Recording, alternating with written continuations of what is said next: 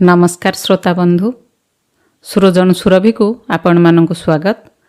आज आसतु सृजन सुरभि रे शुणिबा बेताल कथार आउ गोटे गप प्रजा शिक्षा।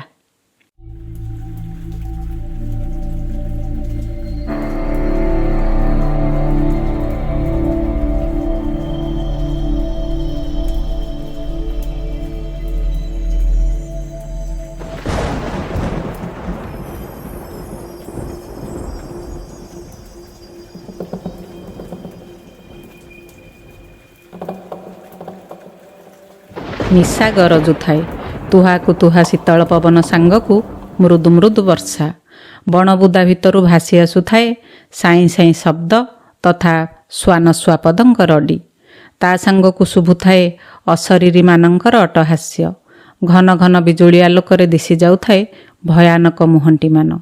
किंतु राजा विक्रमार्क तिले मात्र विचलित बोध न करी सेई प्राचीन वृक्षटी पाखकु लेउटी गले एवं वृक्षारोहण पूर्वक शबटीकु उतारी आनिले। तेबे ताकु कांधरे पकाई सुनसान श्मशान अतिक्रम करबाकु आरंभ करिबा मात्रे शबस्थित बेताल कहि उठिला, राजन समय अर्धरात्र श्मशान रे भूत प्रेत विषधर सर्प स्वच्छंदरे विचरण करुछंती। एहा जानि मध्य आपण काहेकि निजर जीवनकु विपदरे पकाउछंती? केउ लक्ष्य साधन पाई आपण विपद को वरण करुछंती? केबे स्थिर मनरे चिंता करिछंती कि लक्ष्य हासिल पाई आपण जे मार्ग धरिछंती ताहा ठीक बा भूल? कारण एपरि अनेक बुद्धिमान व्यक्ति अछंती जेउ माने अनेक कार्य ठीक निर्णय स्थिर करि पारंती नाही। भ्रमवशतः अनेक अनुचित निष्पत्ति ग्रहण करंती जहा सेमानंकर क्षति घटाई थाए। तेणु आपणको सतर्क करने उद्देश्य मु जयचंद्र नामक जड़े राजांक कहानी शुणाउछि, मन दे शुणिबा हुअन्तु। एपरि कही बेताल गपिबाकु आरंभ कला। महेंद्रगिरीर राजा जयचंद्र से बहु शास्त्र अध्ययन करिछंती। उत्तम प्रशासक भावरे से प्रजांकर प्रिय पात्र अटंती। दिने राजा छद्म वेश धारण करी मंत्रीवर धीर शर्मा सहित नगर परिक्रमा करुथिले। गोटिए घर भितरु उच्च स्वर रे कथावार्ता शुभुଥାଏ। दुहे सेही घर भितर को गले।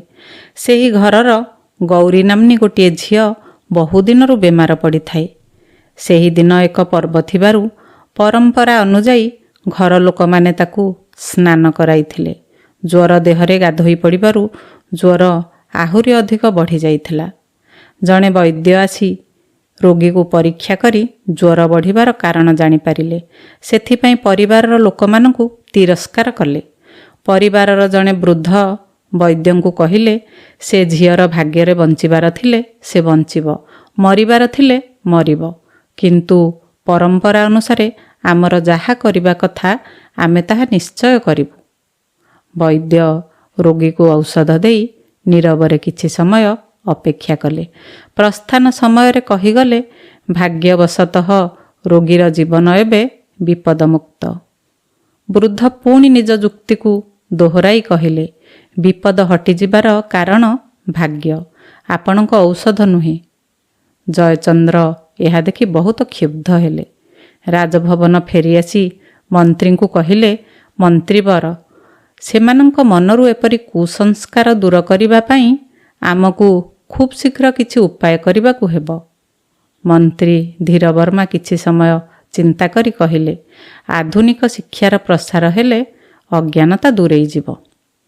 राजा जयचंद्र मंत्रींक परामर्श को स्वागत कले। तांक सहित विचार आलोचना करी अंधविश्वास दूर करिबा पई किछि नियम कानून प्रस्तुत करागला।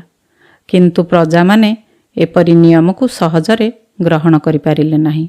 सेमाने समस्ते एकजुट होई विनायक नामक जणे व्यक्ति को निजर प्रतिनिधि मनोनीत कले और राजांक सहित विचार विमर्श पई ताकू पठाइले। विनायक राजांकु साक्षात करी कहिले, राजन पुरुष पुरुष धरी प्रचलित थिबा प्रथा परंपरा गुड़िक आम देशर संस्कृति। से गुड़िकु नष्ट करदेबा अर्थ संस्कृति को कलुषित करिबा। जदि आपण तुरंत एही ନିୟମମାନ ପ୍ରତ୍ୟାହାର କରାଇବାର ବ୍ୟବସ୍ଥା ନ କରନ୍ତି ତେବେ ପ୍ରଜା ବିଦ୍ରୋହ କରିବେ। ଯଦିଓ ବିନାୟକ ଅତ୍ୟନ୍ତ ବିନମ୍ରତାର ସହିତ ନିଜର ବକ୍ତବ୍ୟ ଉପସ୍ଥାପିତ କଲେ, ତେବେ ମଧ୍ୟ ତାଙ୍କ ସ୍ୱରରେ ରାଜାଙ୍କ ପ୍ରତି ଚେତାବନୀ ଫୁଟି ଉଠୁଥାଏ। ରାଜା ମନରେ ଭାବିଲେ ଯେ ଜଣେ ସାଧାରଣ ପ୍ରଜା ହୋଇ ମୋତେ ବିଦ୍ରୋହର ଧମକ ଦେବାର ଦୁଃସାହସ କରିଛି। ବିନାୟକକୁ ବନ୍ଦୀ କରି କାରାଗାରରେ ରଖିବା ପାଇଁ ସେ ନିର୍ଦ୍ଦେଶ ଦେବାକୁ ସ୍ଥିର କଲେ। ମନ୍ତ୍ରୀ ରାଜାଙ୍କ ମନୋଭାବ ବୁଝିପାରିଲେ, ତେଣୁ ତାକୁ ଶାନ୍ତ ରହିବା ପାଇଁ ସଙ୍କେତ ଦେଇ କହିଲେ, ମହାରାଜ, ମୂର୍ଖ ଓ ଅନ୍ଧବିଶ୍ୱାସୀ ଲୋକଙ୍କୁ ପ୍ରତ୍ୟକ୍ଷ ଭାବରେ କିଛି ପରିବର୍ତ୍ତନ କରାଯାଇପାରିବ ନାହିଁ। ତେବେ କ'ଣ ଏପରି ମୂର୍ଖ ଓ ଅଜ୍ଞାନୀ ଲୋକଙ୍କୁ କ୍ଷମା କରିଦେବା? ରାଜା କ୍ରୋଧରେ ଗର୍ଜନ କରି ଉଠିଲେ। ଧୀରବର୍ମା ଚିନ୍ତାରେ ପଡ଼ିଗଲେ। ବିନାୟକକୁ ପାଖକୁ ଡାକି କହିଲେ, ଦେଖ, ଆମେ ଏହି ନୂତନ ଆଇନଗୁଡ଼ିକୁ କିଛି କାଳ ନିମନ୍ତେ ସ୍ଥଗିତ ରଖୁଛୁ। ଏହି ସମୟ ମଧ୍ୟରେ ତୁମେ ଭଲ ଭାବରେ ଜ୍ଞାନ ଅର୍ଜନ କରିବ। ଏହାପରେ ଯଦି ତୁମେ ଉପଲବ୍ଧି କରିବ ଯେ ଏହି ନିୟମଗୁଡ଼ିକ ପ୍ରଜାମାନଙ୍କ ପାଇଁ ହିତକର ନୁହେଁ, ତେବେ ଏଗୁଡ଼ିକ ରଦ୍ଦ କରିଦେବା। ବିନାୟକ ମନ୍ତ୍ରୀଙ୍କ କଥାରେ ରାଜି ହେଲେ। 5 ବର୍ଷ କାଳ ଆଗ୍ରହର ସହିତ ବିଦ୍ୟା ଶିକ୍ଷା କରି ଜ୍ଞାନ ଅର୍ଜନ କଲେ। ଏହାପରେ ସେ ରାଜାଙ୍କୁ ସାକ୍ଷାତ କଲେ। ରାଜା ତାଙ୍କୁ ପ୍ରଶ୍ନ କଲେ, ଏବେ ତୁମର ବିଚାର ପରିବର୍ତ୍ତିତ ହୋଇଛି କି? ବିନାୟକ ନମ୍ରତାର ସହ କହିଲେ, ମହାରାଜ, ପ୍ରକୃତରେ ପୁରୁଣା ପ୍ରଥା ପରମ୍ପରା ଏବେ ଅନ୍ଧବିଶ୍ୱାସ ରୂପରେ କେବଳ ତିଷ୍ଠି ରହିଛି। ରାଜା ତାଙ୍କ କଥାରେ ସନ୍ତୋଷ ପ୍ରକାଶ କରି କହିଲେ, ବାଃ, ଖୁବ୍ ଭଲ ବିଚାର। ଏବେ ଏହି ନିୟମ କାନୁନ ଗୁଡ଼ିକ ପ୍ରଜାମାନଙ୍କ ମଧ୍ୟରେ ପ୍ରଚଳିତ କରାଇବାର ଦାୟିତ୍ୱ ତୁମକୁ ଅର୍ପଣ କରାଗଲା। କିନ୍ତୁ ମହାରାଜ, ଏହି ନିୟମାବଳୀ ପ୍ରଜାଙ୍କ ମଧ୍ୟରେ ପ୍ରଚଳିତ ହେଲେ ମୋର କ'ଣ ଲାଭ ହେବ? ବିନାୟକ ପଚାରିଲା। ପ୍ରତି ମାସରେ ତୁମକୁ 1000 ସ୍ୱର୍ଣ୍ଣମୁଦ୍ରା ମିଳିବ। ଏଥିସହିତ ରାଜକର୍ମଚାରୀ ପଦବୀ ମଧ୍ୟ ମିଳିବ। ପ୍ରଭୁ, ମୁଁ ପ୍ରଜାମାନଙ୍କର ପ୍ରତିନିଧି, ତେଣୁ ମୋତେ 1000 ସ୍ୱର୍ଣ୍ଣମୁଦ୍ରା ବେତନ ମିଳିବ। କିନ୍ତୁ ଆପଣ ମଧ୍ୟ ପ୍ରଜାମାନଙ୍କର ଜଣେ ପ୍ରତିନିଧି। କୃପା କରି ମୋତେ ଜଣାଇବେ କି ଆପଣ ମାସକୁ କେତେ ସ୍ୱର୍ଣ୍ଣମୁଦ୍ରା ପାରିଶ୍ରମିକ ଗ୍ରହଣ କରନ୍ତି? ବିନାୟକ ଦୃଢ଼ତାର ସହ ଏହି ପ୍ରଶ୍ନ ପଚାରିଲା। ରାଜା ଜୟଚନ୍ଦ୍ର ଚିତ୍କାର କରି ଉଠିଲେ। ଚିତ୍କାର କରି କହି ଉଠିଲେ, ଜାଣ, କେଉଁ କାଳରୁ ଆମର ପୂର୍ବପୁରୁଷମାନେ ଏହି ରାଜ୍ୟ ଶାସନ କରି ଆସୁଛନ୍ତି। ତୁମେ ନିଜକୁ ମୋ ସହିତ ତୁଳନା କରିବା ଏକ ଧୃଷ୍ଟତା ମାତ୍ର। ବିନାୟକ ଅଳ୍ପ ହସି କହିଲେ, ଆପଣ ରାଜବଂଶରେ ଜନ୍ମ ନେଇଥିବା କାରଣରୁ ରାଜା ହୋଇପାରିଛନ୍ତି, କିନ୍ତୁ ମୋତେ ପ୍ରଜାମାନେ ସେମାନଙ୍କର ପ୍ରତିନିଧି ମନୋନୀତ କରି ପଠାଇଛନ୍ତି। ପୁରୁଣା ପରମ୍ପରାକୁ ମୂଳୋତ୍ପାଟନ କରିବା ପାଇଁ ଆପଣ ଆଇନ ତିଆରି କରିଛନ୍ତି। ଏହା ବଳରେ ଆମ ଦେଶରେ ରାଜା ହେବାର ପଦ୍ଧତି ମଧ୍ୟ ପରିବର୍ତ୍ତିତ ହେବା ଆବଶ୍ୟକ। ବିନାୟକର ଏପରି ଅକାଟ୍ୟ ଯୁକ୍ତି ଶୁଣି ରାଜାଙ୍କର ମୁଖମଣ୍ଡଳ ଫିକା ପଡ଼ିଗଲା। ସେ ଏହାର ଉତ୍ତର କ'ଣ ଦେବେ ତାହା ମଧ୍ୟ ଭାବିପାରିଲେ ନାହିଁ। ବିବ୍ରତ ରାଜା ତୁରନ୍ତ ମନ୍ତ୍ରୀ ଧୀରବର୍ମାକୁ ଡକେଇ ପଠେଇଲେ। ଧୀରବର୍ମା ବିନାୟକର ସବୁ କଥା ଶୁଣିବା ପରେ ମନ୍ତବ୍ୟ ଦେଲେ, ତୁମର କଥା ଉଚିତ ମନେ ହେଉଛି, କିନ୍ତୁ ଏହା ସହିତ ପ୍ରଜାମାନେ ଏକମତ କି ନୁହନ୍ତି ତାହା ଜାଣିବାକୁ ପଡ଼ିବ। ଯଦି ତୁମର ଚିନ୍ତାଧାରାକୁ ପ୍ରଜାମାନେ ସମର୍ଥନ କରନ୍ତି, ତେବେ ରାଜା ତୁମ ହାତରେ ସିଂହାସନ ଅର୍ପଣ କରିବେ ଓ ବାନପ୍ରସ୍ଥ ଗ୍ରହଣ କରି ଅରଣ୍ୟକୁ ଚାଲିଯିବେ। କିନ୍ତୁ ଏଥିରେ ଏକ ସର୍ତ୍ତ ରହିବ। ସର୍ତ୍ତଟି ହେଉଛି, ଯେତେବେଳେ ଦେଶର ସମସ୍ତ ପ୍ରଜା ଶିକ୍ଷିତ ହୋଇପାରିବେ, ତାପରେ ଯାଇ ସେମାନଙ୍କର ମତାମତ ଲୋଡ଼ାଯିବ। ମୋ ବିଚାରରେ ଏହା ଆଦୌ ସମ୍ଭବ ନୁହେଁ। ଏହା ବଦଳରେ ମୁଁ ରାଜକର୍ମଚାରୀ ପଦରେ ରହିବାକୁ ପସନ୍ଦ କରିବି। ଏତିକି କହି ବିନାୟକ ସେ ସ୍ଥାନ ପରିତ୍ୟାଗ କଲେ। ବିନାୟକର ପ୍ରସ୍ଥାନ ପରେ ରାଜା ବିସ୍ମୟ ଓ କ୍ରୋଧରେ ମନ୍ତ୍ରୀ ଧୀରବର୍ମାକୁ ପଚାରିଲେ, ମୁଁ ସିଂହାସନ ଅର୍ପଣ କରିବା ପରି କଥା ବିନାୟକକୁ କହିବା ପାଇଁ ତୁମକୁ କିଏ ଅନୁମତି ଦେଲା? ମହାରାଜ, କ୍ଷମା କରିବେ, ମୋର କଥାର ମଧ୍ୟରେ ଏକ ବିରାଟ ରାଜନୈତିକ ରହସ୍ୟ ରହିଛି। ଯେତେ ଦିନ ଯାଏଁ ପ୍ରଜାମାନେ ମୂର୍ଖ ଅଶିକ୍ଷିତ ହୋଇ ରହିବେ, ରାଜବଂଶର ଦାୟଦଙ୍କୁ ରାଜା ରୂପେ ସ୍ୱୀକାର କରିବେ। ଜଣେ ସାଧାରଣ ନାଗରିକକୁ ରାଜା ମାନିବା କଥା ଗ୍ରହଣ କରିପାରିବେ ନାହିଁ, କାରଣ ଏହା ମଧ୍ୟ ଏକ ପୁରାତନ ପ୍ରଥା। ବିନାୟକ କହିଲେ ମଧ୍ୟ ସେମାନେ ତାହା ମାନିବେ ନାହିଁ। ଆଉ ଏପରି ଏକ ସର୍ତ୍ତ ଯାହା ପୂରଣ ହେବା ଅସମ୍ଭବ, ତାହା ହେଉଛି ରାଜ୍ୟର ସମସ୍ତ ପ୍ରଜା ଶିକ୍ଷିତ ହେବା। ମନ୍ତ୍ରୀ ନିଜର ଉତ୍ତର ସ୍ପଷ୍ଟ ରୂପେ ପ୍ରଦାନ କଲେ। ଯଦିଓ ମନ୍ତ୍ରୀଙ୍କ କଥାରୁ ରାଜା ନିଶ୍ଚିତ ହେଲେ ଯେ ତାଙ୍କର ସିଂହାସନ ପ୍ରତି ପ୍ରଜାଙ୍କ ଦିଗରୁ କିଛି କ୍ଷତିର ସମ୍ଭାବନା ନାହିଁ, ତେବେ ସେ କିଛି କ୍ଷଣ ମୌନ ହୋଇ ବସି ରହିଲେ ଓ ଗମ୍ଭୀର ମୁଦ୍ରାରେ ସେ ସ୍ଥାନରୁ ଉଠି ଚାଲିଗଲେ।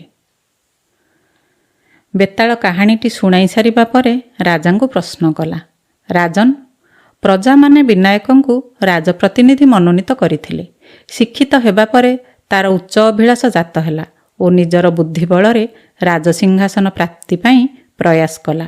କିନ୍ତୁ ଶେଷରେ ଜଣେ ରାଜକର୍ମଚାରୀ ହୋଇ ରହିବା ପାଇଁ ନିଷ୍ପତ୍ତି ନେବା ପଛରେ କ'ଣ ରହସ୍ୟ ରହିଛି?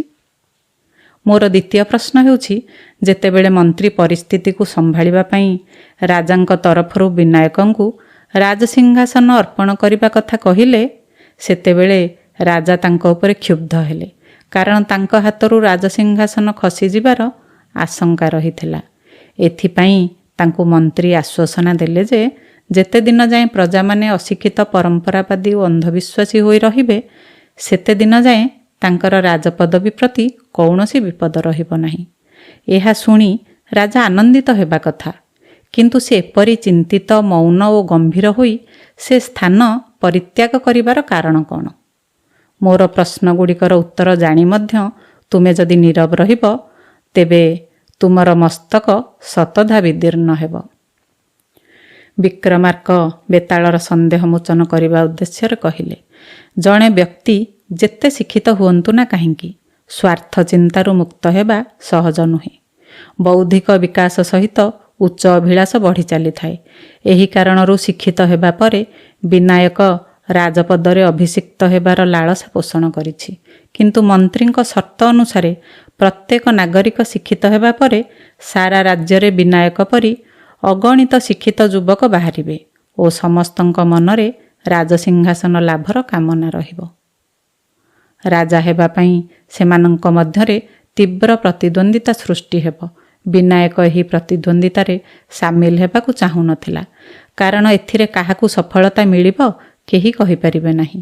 ତେଣୁ ଆପଣାର ସ୍ୱାର୍ଥକୁ ଅଧିକ ଗୁରୁତ୍ୱ ଦେଇ ସେ ଜଣେ ରାଜକର୍ମଚାରୀ ହୋଇ ରହିବାକୁ ମନସ୍ଥ କଲା। ଦ୍ୱିତୀୟ ପ୍ରଶ୍ନର ଉତ୍ତରରେ ରାଜା ବିକ୍ରମାର୍କ କହିଲେ, ରାଜା ସମସ୍ତ ପୁରାତନ ପ୍ରଥା, ପରମ୍ପରା, କୁସଂସ୍କାରକୁ ଅନ୍ଧବିଶ୍ୱାସ ମନେକରି ସେସବୁ ଦୂର କରାଇବା ପାଇଁ ଉଦ୍ୟମ କରୁଥିଲେ।